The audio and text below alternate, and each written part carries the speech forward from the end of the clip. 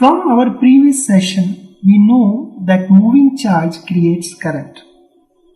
Current at a point can be defined as the rate of flow of charge.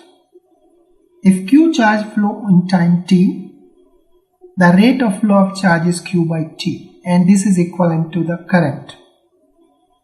The unit of measure of current is coulomb per second, which is nothing but amperes in SI unit of measure.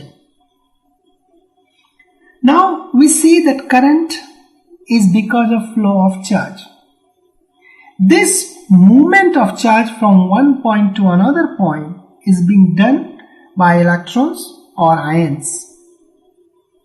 Basically, these two are the charge carriers in electric circuits, right? Current flow because of flow of electrons. Historically, we define that current flow because of positive charge flow, or the direction of flow of current is in the direction of flow of positive charge. Let's consider one diagram, a circuit diagram here. So in this diagram, the current flow from positive terminal to the negative terminal, which is nothing but the direction of flow of positive charge. So this is defined as a conventional current direction. But later on we found that the actual current in circuit flow because of flow of electrons, which are negatively charged. And direction of flow of electrons is opposite to this conventional current direction. Okay, so basically the direction of flow of electrons is opposite to the direction of flow of conventional current.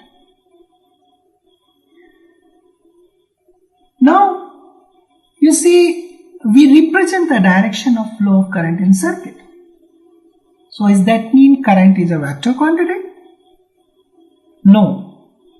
Current is not a vector quantity. It's a scalar quantity. Now you may ask that this is, we represent the direction of current, but how it can be then a scalar quantity? Any quantity is vector only if it follows the rules of vector, addition or subtraction and other rules. Current doesn't follow the rules of vector additions or subtractions. And that's why the current is not a vector, it's a scalar. Current at any junction of circuit. For example, here the current I1 and I2 and I3 meeting at a junction. So output or net current because of the three currents at this junction is the addition of these three currents. So for example, if we take I1 as a 10 ampere, I2 is a 5 ampere and I3 is a 2 ampere. Then output current, the resultant current will be algebraic sum of these three currents, the 10 plus 5 plus 2. So it will be equal to 17 ampere. And we have not added these currents as a vectors. We added them as an algebraic sum. So that's why current is an scalar. Okay, now the other questions come into mind. That to move anything, like moving charge in the circuit, let's take this circuit and take point A and point B. So charge, positive charge or current is flowing from A to B.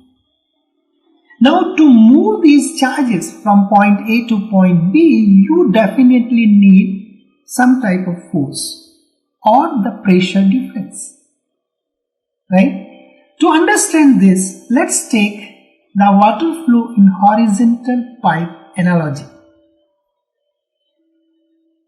Here, this is a pipe AB, the horizontal pipe AB, which has some water inside it and it's not flowing anywhere.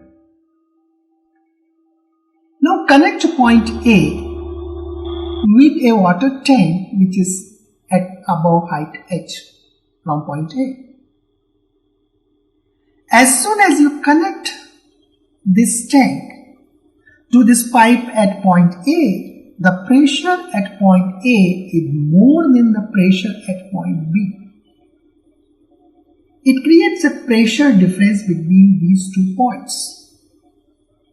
And this pressure difference creates force to move this water from A to B. And water flow from high pressure point to low pressure point. Now come back to our circuit.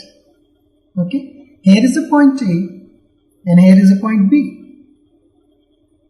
Now the current will flow when the pressure or electric pressure at point A is more than the electric pressure at point B. And electric pressure is nothing but a potential here. Okay. So potential at or electric potential at point A should be more than electric potential at point B.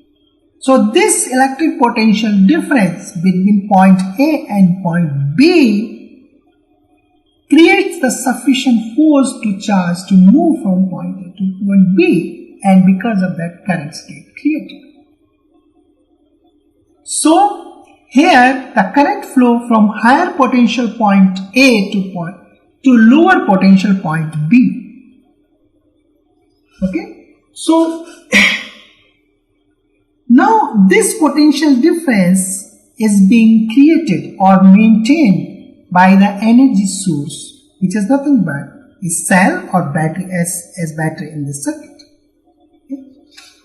Now what is this potential or potential difference? We will talk about this in our next video on what is potential and potential difference. Thank you.